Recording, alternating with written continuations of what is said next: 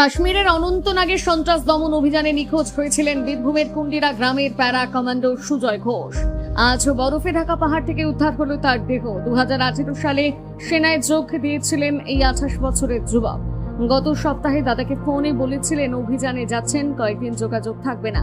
সেটাই ছিল শেষ কথা। গ্রামে নেমে এসেছে গভীর শোকের ছায়া, পরিবারের পাশে দাঁড়িয়েছে পুরো রাজনগর। আমার সঙ্গে লাস্ট 6 তারিখ কথা হয়।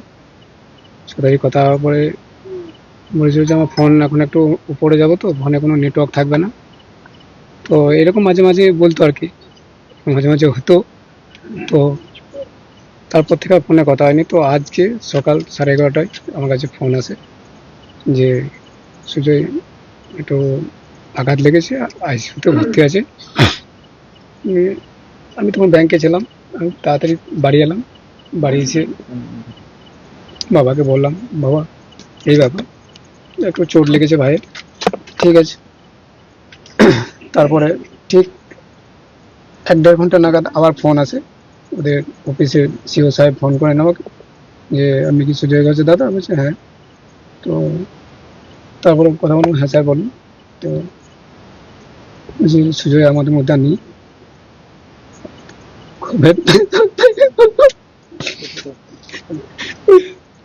আমার খুব আমি তো কান্নে ভেঙে বললাম, আমি কোথায় বাবাকে বললাম। বাবাকে বলার পরে আবার সিও সাহেব বললো যে দেখুন আপনি একটু পরিবারকে একটু করুন। আমি নেক্সট আবার ফোন করছি, তারপরে আবার একবার ফোনে কথা হলো, কখন কি আনা হবে কি হবে না হবে এই ব্যাপারে এইটুকু আমার সাথে কথা হয়েছে। কোথায় পোস্টে ছিল? পোস্ট ছিল কাশ্মীর। কি পোস্টে ছিল? 5 প্যারা, আর্মি প্যারা রেজিমেন্ট। কবে জয়েন করেন? 2018 সালের এক্সাক্ট ডেটটা মনে হয় মার্চ এপ্রিলে এরকম বটে। 2018 মার্চ এপ্রিলে। বিদ্যাসাগর কলেজে? হ্যাঁ, সিভি বিদ্যাসাগর কলেজে পড়তো। ফার্স্ট ইয়ারে, সেকেন্ড ইয়ারের ছাত্র ছিল। কি কারণে মারা গিয়েছিল? না, এইসব আমরা কিছু জানতে পাইনি, এরকম কোনো আপডেট আমাদের কাছে নেই। বডি কখন আসবে? ওরা বলেছে কালকে পোস্টমর্টম অলরেডি হয়ে গেছে। তো ওরা বলছে কাল মোটামুটি 1-1.5 নাগাদ আমাদের হাতে হ্যান্ড ওভার করে দেবে। এই পর্যন্ত আমাদের কাছে আপাতত খবর আছে। বয়স কত হবে? বয়স ছিল আপনার 28। ঠিক কত নাগাদ আপনাদের কাছে কল আছে? আমার কাছে একজ্যাক্ট যেটা আমার ইয়ের কল আছে সেটা হচ্ছে আপনার 1:30 পৌনে 2 নাগাদ এরকম।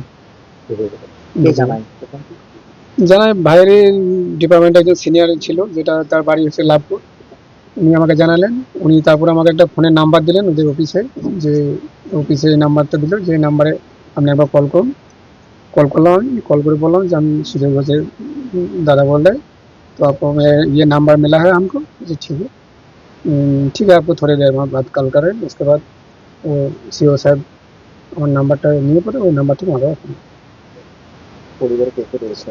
পরিবার আছে আমি, বাবা, আমার দাদু ঠাকুমা, মাসি, ভাই, আমার বউ, আমার একটা 2.5 বছর মেয়ে। এনার কি বিয়ে হয়েছে? না, বিয়ে হয়নি। না বলে সুজয় ঘোষ।